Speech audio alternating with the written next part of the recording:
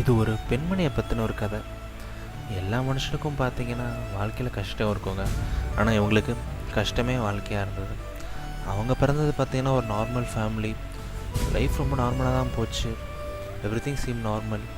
And அவங்களுக்கு சின்ன வயசுலேருந்தே ரொம்ப பிடிச்ச ஒரு விஷயம், ரொம்ப நல்லா வர விஷயம் வந்து கதை எழுதுறது, கதை நரேட் பண்ணுறது, அதாவது ரைட்டிங். அவங்களோட ஃபஸ்ட் ஸ்டோரியை 6 வயசுலேயே எழுத ஆரம்பித்தவங்க. ஸோ லைஃப் ரொம்ப நார்மலாக போகுது ஒரு 20-25 வருஷம் வரைக்கும். அண்ட் ஒரு நாள் பார்த்தீங்கன்னா அவங்க ஒரு ட்ரெயின் பிடிக்க போகிறாங்க மான்செஸ்டர்லேருந்து லண்டனுக்கு. ஸோ அந்த ட்ரெயின் வந்து டிலே ஆகிடுது. ஸோ நாமெல்லாம் என்ன பண்ணியிருப்போம், வாட்ஸ்அப்போ ஃபேஸ்புக்கோ யூஸ் பண்ணிட்டு இருந்திருப்போம். பட் அவங்க வந்து அந்த டைமில் ஒரு புதுசாக ஒரு கதை ஒன்று யோசிக்கிறாங்க. அந்த கதை அவங்களுக்கு நல்லா திடீர்னு ஒரு நல்ல ஒரு கதை ஸ்ட்ரைக் ஆகுது. அண்ட் அப்படியே ட்ரெயினில் போகப்போ அந்த கதையை நல்லா யோசிக்க ஆரம்பிக்கிறாங்க. அவங்களுக்கு செம்ம ஐடியா கிடைக்குது அந்த டிலேட் ட்ரெயினால் மட்டும். ஸோ அந்த கதையை அவங்க டெய்லியும் எழுத ஆரம்பிக்கிறாங்க. ஒரு ஒரு ஒரு சில மாதம் எழுதுகிறாங்க. அண்ட் திடீர்னு பார்த்திங்கன்னா அவங்க அம்மா இறந்துடுறாங்க. ஸோ அம்மா இறக்கிறது எவ்வளோ பெரிய கஷ்டம் இல்லை, எவ்வளோ பெரிய துயரம் இல்லை, அவங்களால அதை தாங்கிக்கவே முடியல. ஸோ இப்போ தான் புக் எழுத ஆரம்பிக்கிறாங்க, ஒரு பெரிய தடங்கல். ஸோ அவங்களால அதுலேருந்து வெளியே வரவே முடியல, ரொம்ப கஷ்டப்படுறாங்க. ஸோ அப்படியே ஒரு கொஞ்சம் மாதம் போகுது.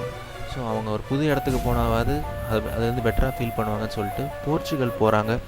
ஸோ அங்கே போயிட்டு ஒரு டீச்சிங் ஜாப் எடுக்கிறாங்க. பிகாஸ் அட்லீஸ்ட் ஒரு டிஸ்ட்ராக்ஷன் இருந்தாவது அம்மா ஞாபகம் இல்லாமல் இருக்கும்னு சொல்லிட்டு டீச்சிங் ஜாப் எடுத்துகிட்டு, பட் புக்ஸும் எழுதலாம், அந்த புக்கையும் கண்டினியூ பண்ணலாம் அப்படின்னு ஒரு மைண்டோட டீச்சிங் ஜாப் எடுக்கிறாங்க. பட் அப்போ அவங்க ஆசைப்பட்டது நடக்குதா? அப்பயும் இல்லை. ஸோ அங்கே பார்த்தீங்கன்னா ஒருத்தர் மேலே காதலில் விழுறாங்க. ஒருத்தர் ரொம்ப பிடிச்சி போகுது. அவரை லவ் பண்ணி கல்யாணம் பண்ணுறாங்க. கல்யாணம் பண்ணி ஒரு குழந்தை பிறக்குது. அதுக்கப்புறம் பார்த்தீங்கன்னா அவங்களுக்கும் ஹஸ்பண்டுக்கும் நிறைய சண்டை. அண்ட் ஒரு பாயிண்ட் ஆஃப் டைமில் டைவர்ஸாக ஆகிடுது. இனிமேல் என்னால் அவங்க கூட வாழவே முடியாது அப்படின்னு சொல்லிட்டு அவங்க ஹஸ்பண்டும் அவங்கள விட்டுடுறாங்க. இப்போ கையில் ஒரு பெண் குழந்தை. அண்ட் நாங்கள் பார்த்துக்க எதுவுமே இல்லை. ஆல்ரெடி இப்போ தான் ஒரு டிப்ரெஷன்லேருந்து வெளியே வந்தாங்க. அண்ட் மறுபடியும் ஒரு மிகப்பெரிய டிப்ரெஷன். ஏன்னா அவங்கள பார்த்துக்க யாருமே இல்லை, ஹஸ்பண்டை விட்டுட்டு போயிட்டாங்க.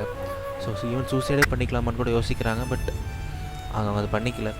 இப்போ யோசிக்கிறாங்க என்ன தான் பண்ணணும், ஏன்னா அவர் குழந்தைய வேறு பார்த்துக்கணுமேலாம் யோசிக்கிறாங்க. ஸோ அவங்களுக்கு தெரிஞ்ச ஒரே விஷயம், சின்ன வயசுல நல்லா வர ஒரே விஷயம் ரைட்டிங். ஸோ அதை மறுபடியும் கையில் எடுக்கிறாங்க. அந்த புக்கை மறுபடியும் எழுத ஆரம்பிக்கிறாங்க. அண்ட் கிட்டத்தட்ட 5 வருஷம் ஆகுதுங்க அவங்களுக்கு அந்த புக்கை முடிக்க. 5 வருஷம். நாம் நினைக்கிற மாதிரி ஒரு மாதத்துலேயோ 2 மாதத்துலேயோ ஒரு நைட்லேயோலாம் ஒரு புக்கு எழுதிட முடியாது. Takes a lot of time. So 5 வருஷத்தில் முடிச்சிடுறாங்க. ஸோ இனிமேல் அவங்க லைஃப் மாறிச்சான்னு கேட்டிங்கன்னா இல்லை. ஸோ 5 வருஷம் ஆனதுக்கப்புறம் ஒரு பொதுவாக ஒரு புக்கு பார்த்தீங்கன்னா எழுதி முடித்தோடனே மேன்யூஸ்கிரிப்ட்னு ஒன்று ரெடி பண்ணி பப்ளிஷர்ஸ்க்கெல்லாம் கொண்டு போய் காமிக்கணும். பிகாஸ் நம்ம எவ்வளோ தான் நல்லா எழுதினாலும் அது பப்ளிஷர் அப்ரூவ் பண்ணி பப்ளிஷ் பண்ணால் மட்டும்தான் அது வந்து ரீடர்ஸ் படிக்க முடியும் இல்லைங்களா.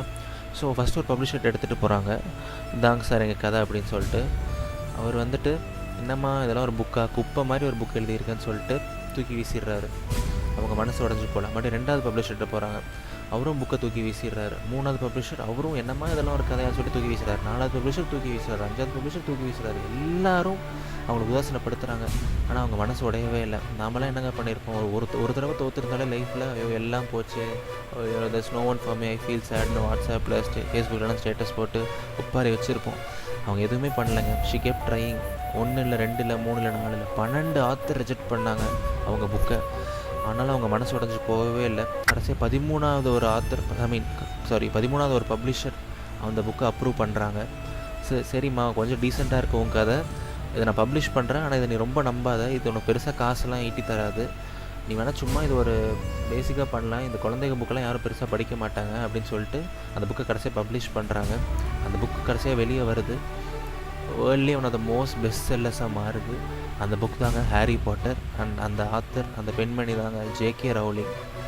ஸோ லைஃப்பில் நிறையா கஷ்டப்பட்ட எல்லாருக்கும் பின்னாடி ஒரு பெரிய சேட் ஸ்டோரி இருக்குங்க. ஜேகே ரவுலிங் நினச்சிருந்தா எப்போ வேணால் விட்டுருக்கலாம்.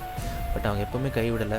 இப்போ பார்த்தீங்கன்னா அவங்க எழுதின புக் 450 மில்லியன் காப்பீஸ் இது வரைக்கும் ஓவராலாக எல்லா சீரீஸும் செல் ஆகிருக்கு. அண்ட் இப்போ அவங்க கையில் இருக்க காசு கிட்டத்தட்ட $1 பில்லியன். ஸோ எதுவுமே கஷ்டம்னு இல்லைங்க லைஃப்பில். அவங்க ஒன்றுமே இல்லாமல் 32 வயசு வரைக்கும் லைஃப்பில் ஒன்றுமே பண்ணாமல் 32 வயசு வரைக்கும் லைஃப்பில் ஒன்றுமே பண்ணாமல் ஈவன் சூசைட் பண்ணிக்கலாமான்னு நினச்சவங்க ஜேகே ரவுலிங். இப்போ one of the most richest writers அவங்க தான். அண்ட் அவங்க பண்ண ஒரே ஒரு விஷயம், அவங்க மேலே நம்பிக்கை வச்சுருந்தாங்க, அவங்க கைவிடவே இல்லை.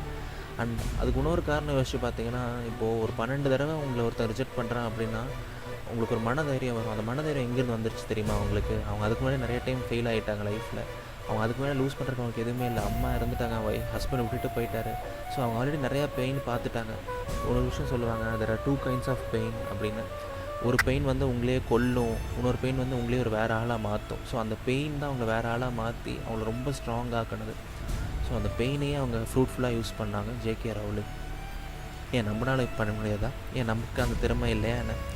நம்மளாலே முடியும். நம்ம ஹார்ட் ஒர்க் பண்ணுவோம். எப்போவுமே எந்த தருணத்துலேயும் முயற்சியை மட்டும் விட வேண்டாம். அண்ட் எப்போவுமே நம்புவோம். Let's keep trying. நான் உங்கள் Naveen Vigneshwar. Facebook and YouTube channel words of the heart. Thank you.